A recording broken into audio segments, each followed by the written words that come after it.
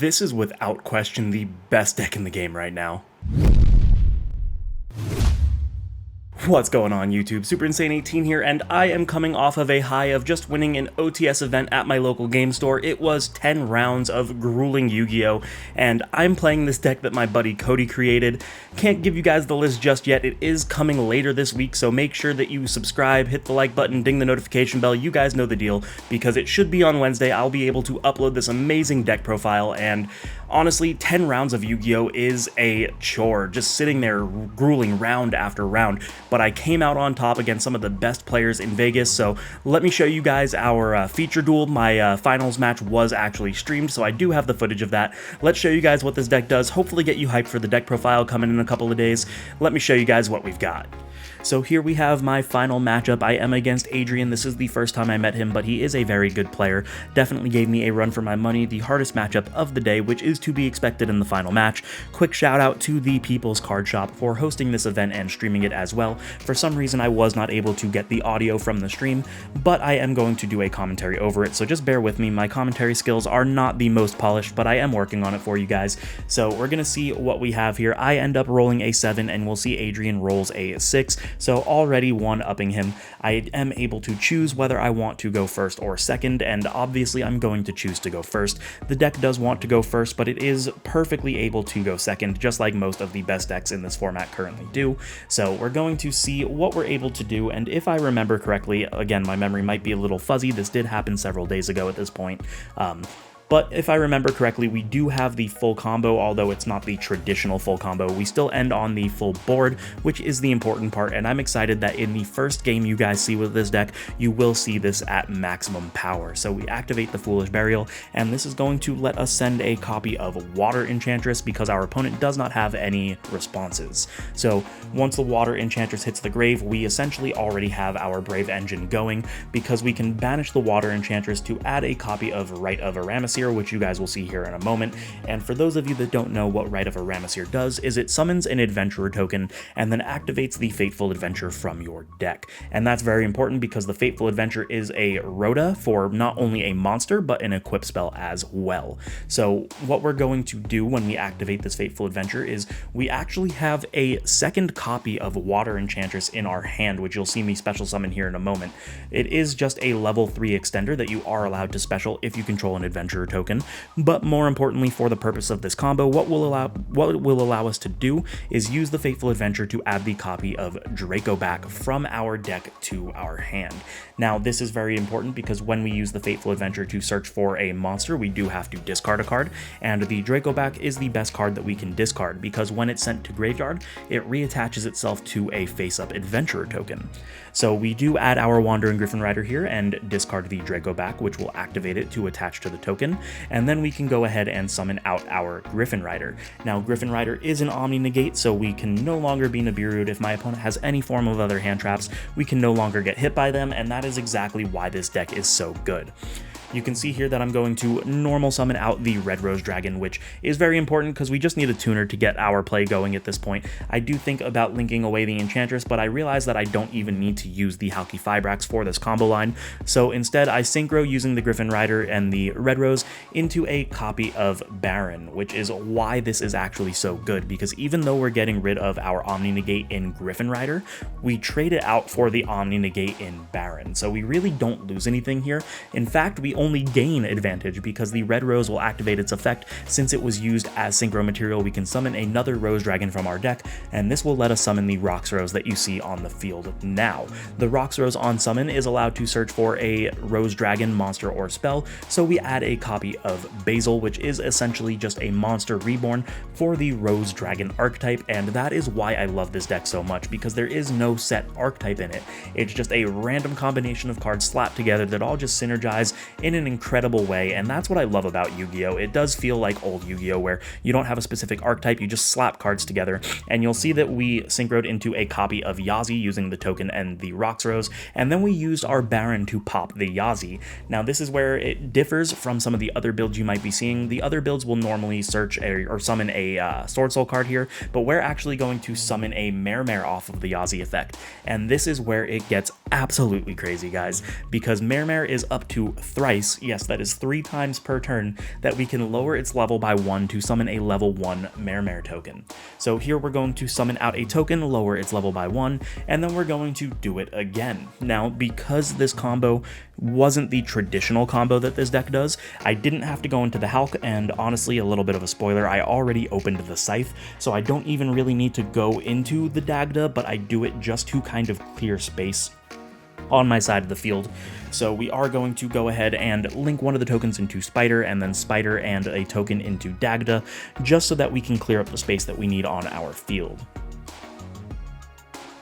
Here we're going to use the effect once more to summon our last token, and then what we're going to do is take the Mare and our Enchantress, since it was just a level 3 extender, and synchro for 7 into a Shooting Riser Dragon. Now, Shooting Riser Dragon is a card that I've wanted to break for a while, and I'm really happy that my buddy Cody was able to do this here, because Shooting Riser is going to send a copy of Fairy Tale Snow from the deck to the graveyard, lowering its level by 4, making it a 3-star tuner, which will come up later, and I will tell you guys why.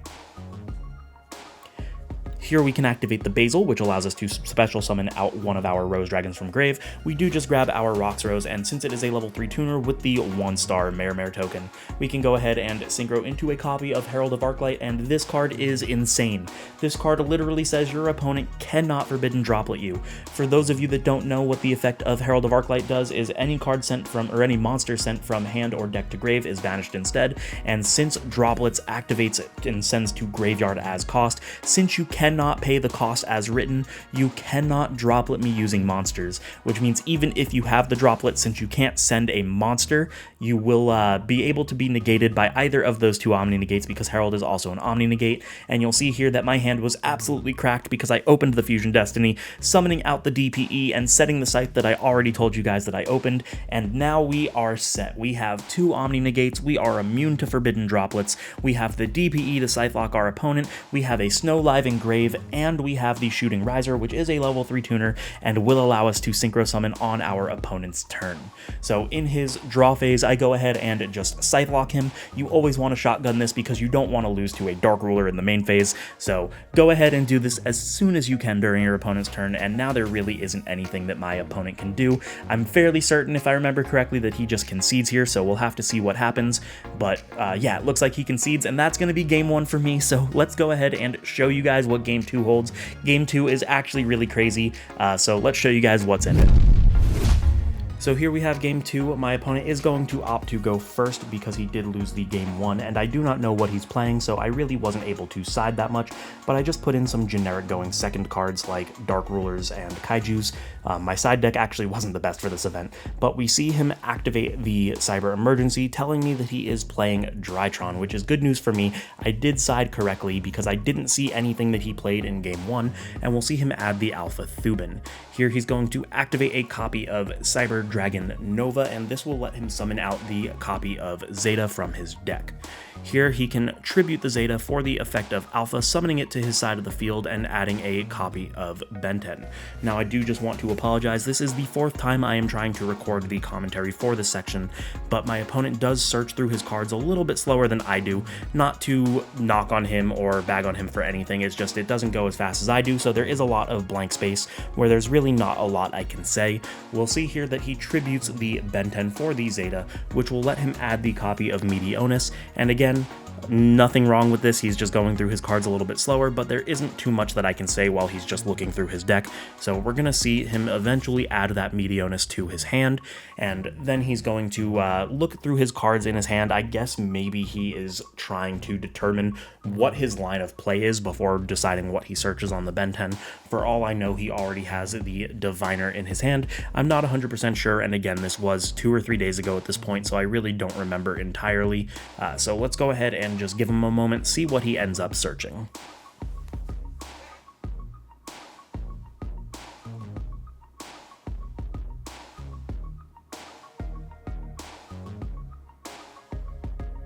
So it looks like he does add the Diviner from his deck to his hand, so he probably didn't open it. Maybe he already has his other ritual monsters like the Herald, but then he's going to take the Alpha and the Zeta and overlay this into the copy of Mu Beta, activating Mu Beta's effect on summon, which allows him to ditch any Drytron card, and we see that it pitched the Delta. So this tells me that he probably already has the Gamma in hand. He activates the Meteonis using the Alpha that is material of the Thuban to ritual summon out the Ben-10 here.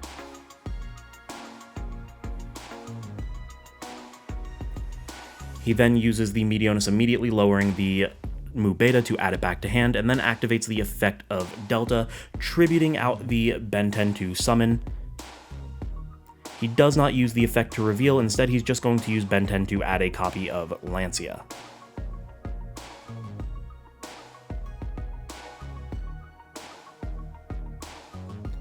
He does activate the Meteonis again. This will go ahead and summon out the Ben-10 using the Zeta as material.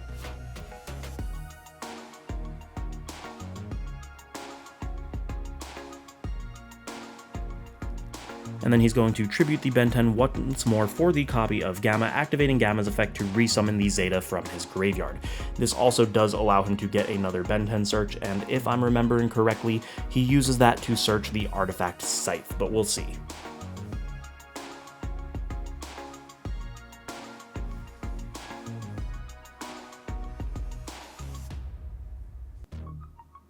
Yeah, so we see the artifact Scythe hit his hand, and this is a little bit bad news for us under normal circumstances, but if I'm being 100% honest with you guys, I opened up the Forbidden Droplets, so I really wasn't too worried about getting Scythe locked, or even if he summoned out a Herald, because I did have enough discard fodder in my hand to completely play through his hand, so at this point, I feel like I've already won the game, and I'm just waiting for him to set up his board and pass his turn.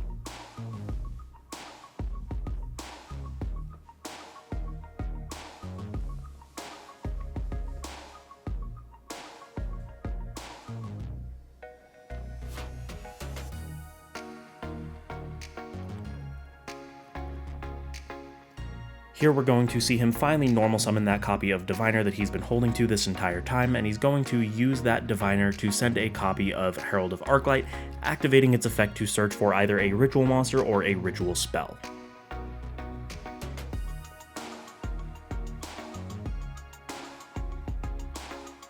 Here, the Arclight is going to add him a copy of Ultimateness, so this tells me that even though we lost Eva, he still is on the Ultimateness build, so he is going to just have a bunch of fairies, and he has the second Meteonis. Hard opening one, he's able to get rid of the Gamma to summon out the Herald. That puts negates on his side of the field, but again, I did have the droplet, so I'm really not sure.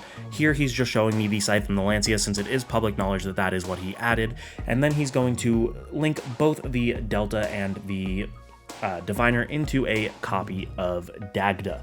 Now Dagda's a little weird because he's already got so many artifacts already in play, but then he takes the remaining materials on his field and links into a copy of Verte Anaconda, sending the Fusion Destiny as cost, chaining the Dagda on the activation. Dagda is going to set another copy of Lancia, so now he has two Lancia and a Scythe, and he's going to be able to get his DPE. He sends a Destiny Hero Malicious and the Celestial. I guess Malicious is kind of cool because he can use it to link climb later on if he needs it, but I know that a lot of the Drytron decks are playing the Plasma instead to go for the Blanket Effect negation. He sets 3 cards and passes his turn. Sets 2 cards and passes his turn. He keeps 1 in hand. So he puts the DPE out. I did have to tell him he forgot to summon it, which is fine. I mean, he already activated the Verte, so I'm not going to tell him, no, you can't summon the DPE. That's just not the correct way to play the game. So I go ahead and draw for turn, thinking that I have this in the bag. I have the droplets, I have enough discard fodder, and I still have full combo after that. So I'm just reading the Dagda to make sure that I don't have to droplet that as well, because I know that it does do something where it can summon out another artifact, but it does not matter for this instance. So we're going to go ahead and see what happens.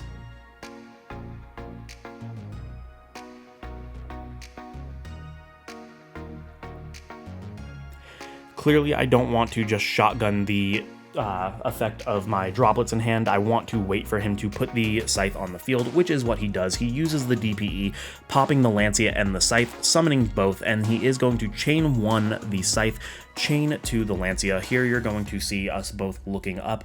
This is because the judge is telling us that he does have to tribute the Lancia as cost, which is fine. It doesn't change the sequence here because I'm not going to try and negate the Lancia. I don't necessarily care. The Lancia only stops me if I have to banish the Enchantress, so we're just kind of getting the sequencing of this right. He is going to tribute the Lancia for the cost, but I do have the droplets, and here I'm going to droplet both the Herald and the Scythe. That way I am not locked under Scythe and he cannot negate me with the cards that he still has in hand. But this is where this actually gets crazy, and I can't wait to show you guys. So I'm going to discard the Dark Ruler and the Snow because I don't need the Dark Ruler if I'm dropletting the problem monsters, but he has an artifact Sanctum, guys, and now with the Sanctum he's going to activate it, summoning out a second copy of Scythe. How absolutely insane is it that this man is playing 2 Scythe? Scythe is not once per turn, so even though I was able to negate one of them, he still Scythe locked me. So I just read the card to make sure that it wasn't once per turn, and unfortunate for me, it's not. So I'm still Scythe locked. He doesn't have the negates in the Herald anymore, but without my extra deck, there really isn't anything that I can do. I don't have enough material to even Fairy Tale Snow if I wanted to. So I'm thinking about what I'm going to do here, and if I remember correctly, I just concede and go to game 3. But we're going to see, because I honestly don't remember. But this was just wild to me, and this, guys, is why you don't get cocky. I was convinced that I had this game in the bag, and I just got double Scythe locked. So it looks like I don't just immediately concede. I do try to set up a bit of a board, and I think my plan here is actually just to set up a wall. Maybe if I can set up a big enough wall, he's not going to be able to game me, and then there's no way this man is playing 3 Scythe. So maybe if I set up that board and prevent myself from getting gamed, then I can bring it back on my next turn. I don't think that I'm able to do too much, though.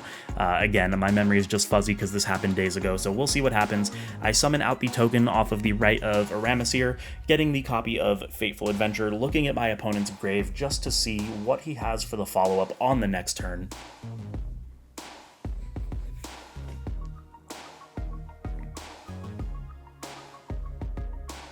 And that's when I just decide to concede. I don't think there's a board that I can do, so we're going to show you guys what happens in game 3 here. So because I lost game 2, I am going to opt to go first, and I open up with the Junk Forward. Now, this either means that I need to get 3s on board to get the Cherubini so I can send the Enchantress and get my Brave Engine going, or it means that I opened Nuts and I have full combo, so you're going to see that is the latter. I open the right of Aramesir, getting us our Adventurer token and activating the Fateful Adventure from our deck to our side of the field, and this means that I pretty much have everything that I need. Now, I'm going to be honest with you guys, I kind of gargle this game, just because I was tired. It was the 10th round. I've played 8 hours at this point, and I've never made it this far. Like, I've topped events, but I've never been in the finals. So you see that I normal the Sangan, and this is gargle number 1. I forget to use the Fateful Adventure, so I go back a second since I didn't do anything yet. I use the Fateful Adventure on the Summon of Sangan to add the copy of Draco back, and this is where gargle number 2 happens. I continue linking away the Sangan into the copy of Salamangreat Almirage, which I honestly should have gone for the Wandering Griffin Rider first, just to make sure that I wasn't going to get hand-trapped in any way. But you'll see here that the Sangan adds the Crusadia Arborea, which is crazy. For those of you who don't know, since Sangan says you can't activate the effects of the card you add, Arborea is what is called an inherent summon. That's not an official term, but it means that it just summons without activating. So you'll see that I do add the Griffin Rider, discarding the Draco back, re-equipping the Draco back, and then summoning the Griffin Rider. Here my opponent's thinking he does actually have the Nibiru, which is a little bit unfortunate for me. It forces me to use the Griffin Rider to negate the Nibiru, because I do have to keep that Almirage on the field just to make sure that I have a zone to summon the Arborea too. Here we're going to see the Arborea hit the field, and that means that I do have a way into the Halqifibrax. Arborea being a tuner with the Salamangreat Almirage, I am able to summon the Halqifibrax, and Halqifibrax will then activate its effect to summon out a copy of Red Rose Dragon from the deck. Now, this is where it's a little bit unfortunate for me because I don't have the Griffin Rider, meaning that I'm not going to be able to use the Red Rose and the Griffin Rider into a copy of Baron. I am going to have to go with a somewhat different line of play, but since I have the level 4 tuner, I can still synchro summon, meaning that I will get the Red Rose effect. Here, I believe I start to synchro summon before realizing that the first play that I want to do is instead summoning out a copy of the Psychic Wielder. So you see me put the cards where they would normally go if I was synchroing, but I say, wait a minute, that's not what I want to do just yet. Here we're going to see that I have the Psychic Wielder in hand, and I am going to special summon that because I control level 3s. I don't know why I wanted to do that first. I still have the level 3 with the effect of, or rather with the junk forward, but it looks like I did it because I want to go into the Dagda first, and I think the reason I want to do that is that way Dagda can set up the Scythe as soon as possible. So now you're going to see me synchro summon using the Red Rose Dragon, and here I'm going to summon out the Shooting Riser Dragon. Since I don't have the Baron to pop the Yazi, making Yazi is pointless here. My opponent doesn't have anything on their side of the field, and we are going to use the Shooting Riser to send the copy of Fairy Tale Snow. Now, Fairy Tale Snow is going to come up later in a way that I don't necessarily need, and actually you'll see here that I use the Dagda chain to the Shooting Riser to set the Scythe before sending the Snow. But as I was saying, I incorrectly used Snow later. It is corrected, but comes down to me gargling this game since I was tired and it was the 10th round I've played. So we're going to see what I end up doing here. I believe all that I do is that I take the, or rather actually I activate the effect of the Red Rose as well, because I forgot to do that, and it's still technically part of the chain. If my opponent wanted to, he could have told me that I didn't activate it and that I didn't, or that I missed the timing, but since it is technically a repairable game state, I was able to go back using the Red Rose to summon out the rocks. Rocks will let me add the basil, and that gets me the additional material that I need to continue with my combo.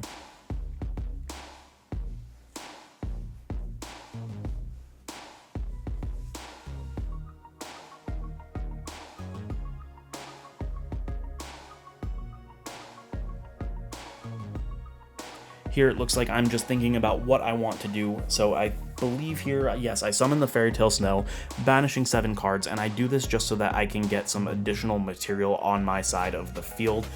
Looking at this board, I don't remember exactly how I ended it up, but I do summon out the Snow, and then I take the rocks. Oh, that's what I do. Okay, now I remember. I summon the Snow because it's a level 4, meaning with the level 3 tuner and the level 3 junk, I still am able to get the Baron, which is kind of insane, but that lets me get the copy of Basil to resummon the rocks, and I did actually still end on the Baron. The rocks and the Dagda here are going to go into, I believe, the Predaplant so that I can get the DPE. Yep, we see the Predaplant hit the field. I'm going to activate its effect, paying the 2,000 and the cost to send the Fusion Destiny as well as the Celestial and the Dasher, and this gets me to a point where I am able to Scythe Lock my opponent with the DPE and still have an Omni Negate and Baron. And if you guys remember what I said in the first game, that Shooting Riser being a level 3 tuner and the ability to synchro on my opponent's turn comes up later, this is where it comes up, and this is also where I completely gargle it. So afraid of the Super Poly from a match earlier in the day, I use my DPE to pop my own Verte, just in case he sided in the Super Poly. The DPE comes back in his standby, and then I'm just going to activate the DPE again immediately to summon out the Scythe after I destroy it. Scythe will lock him out of the extra deck, and I think that's pretty much going to be the game for me. This is where I gargle with the Snow, however. You guys will see that here in a moment. He activates the Cyber Emergency. I go ahead and summon out the Snow, and I didn't need to summon the Snow here. The Shooting Riser being a level 3 and allowing me to synchro on my opponent's turn means that I can actually summon out Borreload Savage Dragon during my opponent's turn. But in my who knows what thought process I had, I summon out the Snow thinking that I need the Snow and the Shooting Riser to go into it, when in actuality, you need the Shooting Riser and the Scythe. So I gargled and used one of my interruptions because Snow would be able to book another monster on summon. And here you'll see that I do synchro summon the Savage using the Snow and the Riser, which is absolutely incorrect. Go ahead and ridicule me in the comments. It's a stupid play. The Snow should be on field and the Scythe should be in grave. I do correct it, and during this turn, a little bit down the line, I'm like, wait a minute, I messed up.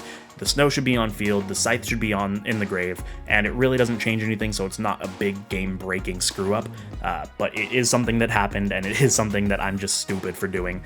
So we see here that he sends the Zeta,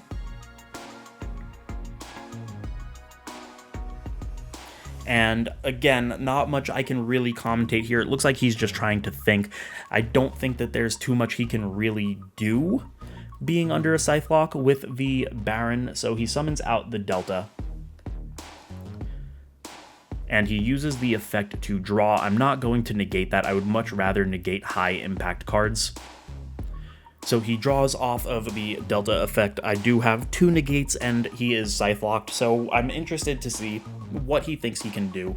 This is where I realize the mess up, and I'm explaining to him that, you know, nothing really happened. All I did was use the wrong card, so we just swapped those out. It's very repairable and nothing that is game breaking. I'm explaining to him that it's an 8. I can't make an 8 with 7 stars of material, so I do need to swap out the material to make sure that I get 8. And part of the reason that this combo is so disgusting is since it removes the Scythe from the field, your opponent tends to forget they're locked under Scythe. Since you synchroed it away, you don't have it on your field, they don't see it as a constant reminder that they cannot summon from the extra deck, and that is ultimately where my opponent goes wrong here.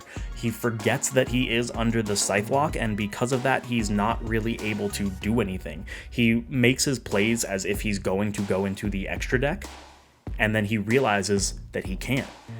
So I negate everything. Finally, he says, thank God, uses Raigeki, clears my board, which gets rid of another negate, but there still isn't anything he can do. He's still locked under Scythe, as he will learn here in the next couple of minutes. He activates the Meteonis Drytron, getting rid of the Alpha to summon back out the Ben 10 that was in his graveyard. He will then tribute the Ben 10 for the Zeta and use the Zeta effect to add the copy of Meteonis. And I believe, if I remember correctly, he uses the Ben 10 to search a Diviner, but we'll see here. Yeah, so he uses the Ben 10 to search the Diviner. It looks like he didn't even actually search the Meteonis. So here he's going to normal the Diviner and pitch the Arclight.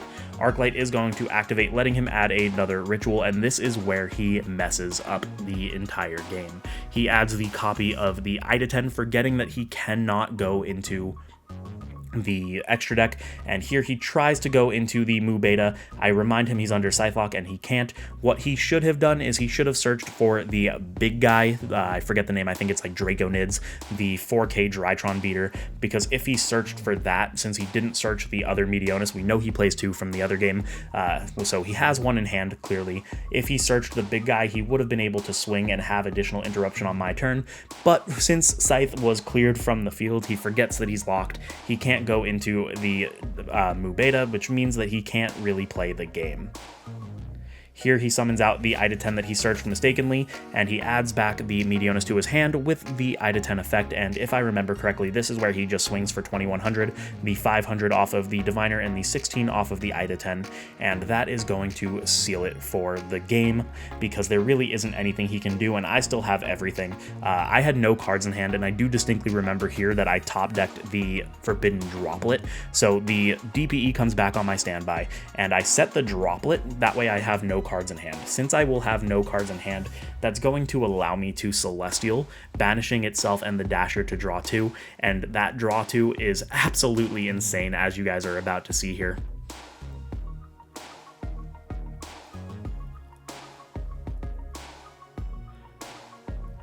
So there is the set of the droplets. This is the activation of Celestial, and I'm going to tell you guys right now, one of my, or actually I remember both of my draws.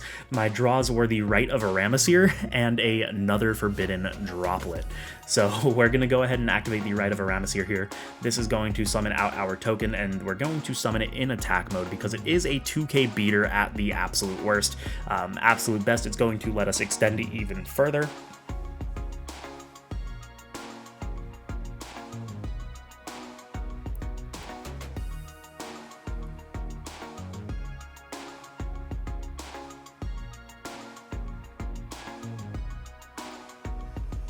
So here we are going to search for the Wandering Griffin Rider again, since we did put it back into our deck by negating the Nibiru. So we are able to do that, and we discard the droplet that we drew. We can special summon the Griffin Rider since we control a token, and now we do have another Omni Negate on our field. This is going to allow us to clear his board and then still have an Omni Negate. So we're going to swing for the DPE into the Diviner. We're then going to Griffin Rider into the Ida 10, and then we're going to use the token and just swing into his Delta.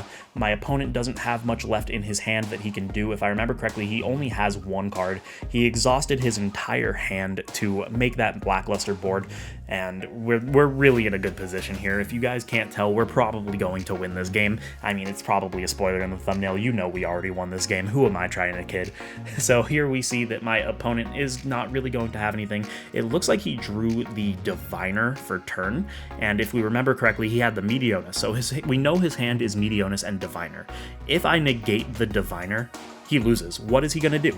He doesn't have anything to discard to resummon out his stuff, so I droplets it, send the Fateful Adventure because I no longer need it, and now I still have the Omni Negate live in the Griffin, so even if that one card in hand wasn't the Meteonus, if it was anything else that he could do, then he would still lose. He passes his turn, I draw, and that is going to be game with everything on field. I believe I summon out the Fairy Tale, or actually I just normal the tracker here. I don't even need the Fairy Tale Snow, but with what he's at and what I have on the field, that's going to seal the game, and we have it. We won the 10-round OTS Back to Duel event, and it feels so good, guys. Like I said, I've topped events before, but I've never won. I mean, I've won locals and stuff, but this is a little bit bigger than a locals, and some of the better players did come out because there was better prizing than a typical locals, so it was a little bit of a more difficult event. Even though it's not a top at a regional or YCS level event, it still feels really good, so hopefully you guys enjoyed. You know the deal. Subscribe, hit the notification bell, like, comment, share with your friends, and make sure that you check out this profile on Wednesday. Thank you guys so much for watching, and I will see you in the next one.